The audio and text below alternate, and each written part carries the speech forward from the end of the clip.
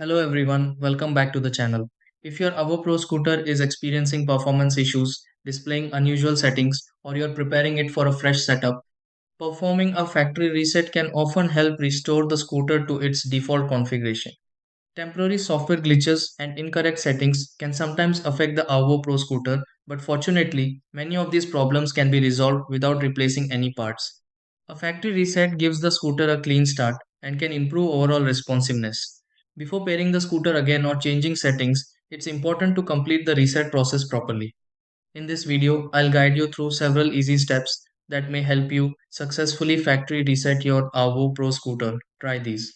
Step 1. Turn off the Aovo Pro scooter and make sure it is parked safely. Step 2. Ensure the Aovo Pro scooter has enough battery power before beginning the reset. Step 3. Access the reset procedure available for the Aovo Pro scooter. Step 4. Wait while the Aovo Pro scooter completes the reset sequence. Step 5. Reconnect the Aovo Pro scooter to its companion app if needed. Step 6. Confirm that the Aovo Pro scooter has returned to its default settings and is functioning properly.